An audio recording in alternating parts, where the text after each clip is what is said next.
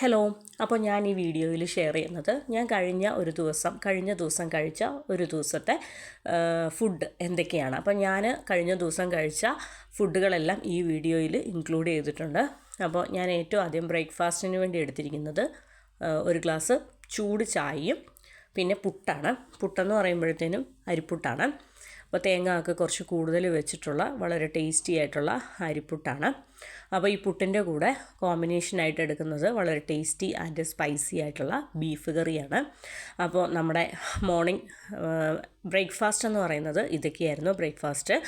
ഞാൻ പൊതുവെ പുട്ടുണ്ടാക്കുമ്പോഴത്തേനും ഈ ചിരട്ട കുറ്റിയിൽ മാത്രമാണ് ഇപ്പോൾ കോമണായിട്ട് പുട്ടുണ്ടാക്കാറ്. നീണ്ട കുറ്റിയിൽ പുട്ടുണ്ടാക്കിയിട്ട് കുറേ ആയി. അപ്പോൾ ഇതാകുമ്പോഴത്തേനും നമുക്ക് എളുപ്പവുമാണ്, പിന്നെ ക്വാണ്ടിറ്റി ആണെങ്കിലും ഈ ഒരു ക്വാണ്ടിറ്റി കഴിക്കാൻ മതിയല്ലോ.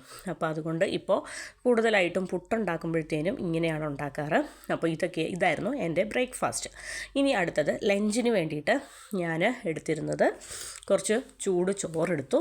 അതിൻ്റെ കൂടെ ഇന്ന് ഫ്രൈ ആയിട്ട് പ്രോൺസ് ഫ്രൈ ചെയ്തു.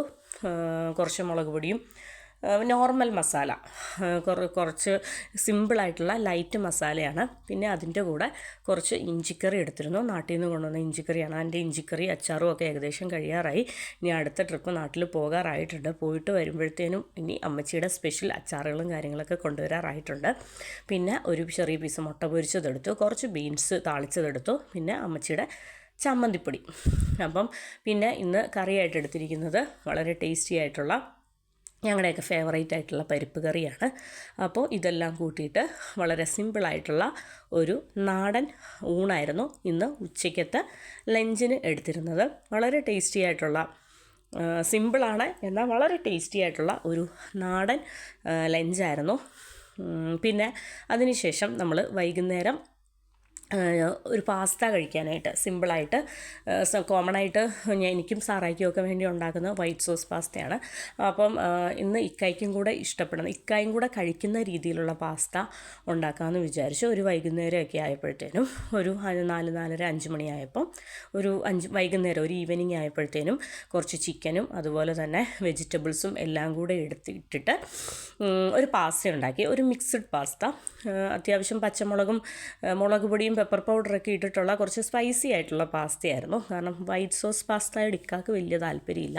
അപ്പോൾ ഇക്കായും കൂടെ വീട്ടിലുള്ള ദിവസമായിരുന്നു, നമ്മൾ സാറ്റർഡേ ആയിരുന്നു. അതുകൊണ്ട് ഇക്കായ്ക്കും കൂടെ ഇഷ്ടപ്പെടുന്ന രീതിയിലുള്ള പാസ്ത, സ്പൈസി ആയിട്ടുള്ള ചിക്കൻ പാസ്തയാണ് ഉണ്ടാക്കിയത്. വളരെ ടേസ്റ്റി ആയിട്ട് നല്ല അടിപൊളിയായിട്ടുള്ള പാസ്തയായിരുന്നു. അപ്പോൾ നമ്മൾ ഈവനിങ്ങിന് ചായ കുടിച്ചില്ല. അപ്പോൾ ഈവനിങ്ങിന് നമ്മൾ പാസ്ത കഴിച്ചു. അപ്പോൾ പാസ്തയാണ് കഴിച്ചത്. അപ്പോൾ ജസ്റ്റ് ഈ പാസ്തയൊക്കെ ഉണ്ടാക്കുന്ന വീഡിയോ ഞാൻ ജസ്റ്റ് ഒന്ന് ഇതിൻ്റെ ഇടയിൽ ഇൻക്ലൂഡ് ചെയ്തതാണ്. അപ്പോൾ വളരെ ടേസ്റ്റി ആയിട്ടുള്ള ചിക്കൻ പാസ്തയാണ് നമ്മൾ ഈവനിങ് കഴിച്ചത്. അപ്പം സ്നാക്കായിട്ട് അപ്പം വേറെ ഒന്നും വേണ്ട, ചായയും കുടിച്ചില്ല. കാരണം ഇതെന്ന് പറയുന്നത് നമ്മളെ സ്റ്റൊമക്ക് ഫില്ലിംഗ് ആയിരുന്നു. പിന്നെ വീക്കെൻഡ് ആയതുകൊണ്ട്, സാറ്റർഡേ ആയതുകൊണ്ട് തന്നെ കുറച്ച് സ്പെഷ്യലായിട്ട് എന്തെങ്കിലും ഉണ്ടാക്കണം എന്ന് വിചാരിച്ചപ്പോൾ വീട്ടിൽ പാസ്ത ഉണ്ടായിരുന്നു. അപ്പോൾ അതുകൊണ്ട് വീക്കെൻഡ് ആയതുകൊണ്ട് എല്ലാവരും വീട്ടിലുള്ളത് കൊണ്ട് ജസ്റ്റ് പാസ്ത ഉണ്ടാക്കാമെന്ന് വിചാരിച്ചു. പിന്നെ നമ്മൾ സാറ്റർഡേ പുറത്ത് പോയായിരുന്നു. പാസ്ത ഒക്കെ കഴിച്ചിട്ട് ആണ് പുറത്ത് പോയത് ഒരു 7-7:30 മണിയൊക്കെ 8 മണിയൊക്കെ ആയപ്പോഴാണ്. ഇപ്പോൾ ഇത് കഴിച്ചത് നമ്മൾ ഒരു 6 മണിയൊക്കെ ആയപ്പോഴത്തേനാണ് നമ്മളിത് കഴിച്ചത്. ഇതൊക്കെ കഴിച്ചിട്ടാണ് നമ്മൾ പുറത്തേക്ക് പോയത്. അപ്പോൾ നമ്മുടെ ഈവനിങ്ങിൽ നമ്മൾ കഴിച്ചത് പാസ്തയായിരുന്നു. പിന്നെ നമ്മൾ നൈറ്റ് ഡിന്നറിന് നമ്മൾ കഴിച്ചത് ഇതാണ് ഐറ്റം. ഇതെന്താ സംഭവം എന്ന് പറഞ്ഞാൽ, നമ്മൾ ശരിക്കും പറഞ്ഞാൽ സാറ്റർഡേ ഈവനിങ് പുറത്തുനിന്ന് ഫുഡ് കഴിക്കാനായിരുന്നു നമുക്കൊരു പ്ലാൻ ഉണ്ടായിരുന്നു. അപ്പോൾ ഇക്കാടെ ഫ്രണ്ട് വിളിച്ചിട്ട് നമ്മളെല്ലാവരും കൂടി ഇക്കാടെ ഫ്രണ്ടിൻ്റെ വീട്ടിലേക്ക് പോയി. അപ്പോൾ അവിടെ അവർ റെഡിയാക്കി വെച്ചിരുന്നതാണ് അൽഫാം ആ ഒരു കോംബോ ഉണ്ടല്ലോ, എല്ലാ സെറ്റും ഉണ്ടായിരുന്നു. അതിൻ്റെ കൂടെ വെജിറ്റബിൾസും സാലഡ്സും അതുപോലെ തന്നെ മയോണീസും ആ സെറ്റുകൾ കംപ്ലീറ്റ് ഉണ്ടായിരുന്നു. ഞാൻ ഒന്നും എടുത്തില്ല. അപ്പോൾ ഞാൻ വളരെ ടേസ്റ്റി ആയിട്ട്, നമ്മൾക്ക് അത് വാങ്ങിക്കുമ്പോഴത്തേനും ആ സ്പൈസി ആയിട്ടുള്ള ആ ഒരു നാനുണ്ടല്ലോ ഏറ്റവും താഴെ, ആ സ്പൈസി ആയിട്ട്, അപ്പോൾ അതെൻ്റെ ഫേവറേറ്റാണ്. അപ്പോൾ എന്തായാലും അവിടെ ഇരുന്നത് ഞാൻ അത് എടുത്തു.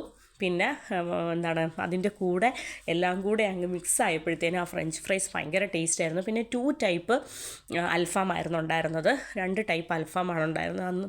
അപ്പോൾ ഇതൊക്കെയാണ്.